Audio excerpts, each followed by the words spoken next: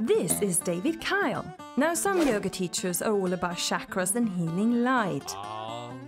Others are all about throwing shapes on the mat. Yeah, baby. David, on the other hand, just like his dog Shanti, is all about the bones.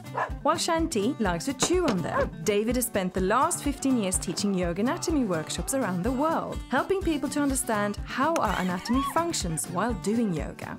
So let's rewind to 2001, when David stumbled across this big and heavy brick of a book.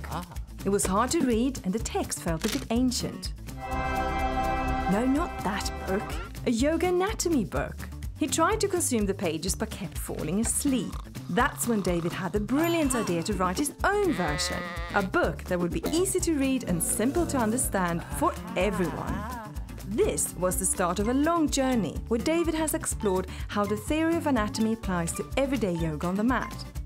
He kept practicing, teaching, and studying.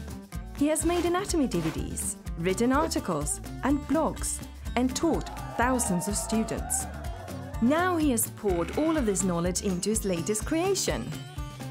And here it is, Cracking the Code of Yoga Anatomy, written by David Kyle, aka The Bone Man. Functional anatomy of yoga.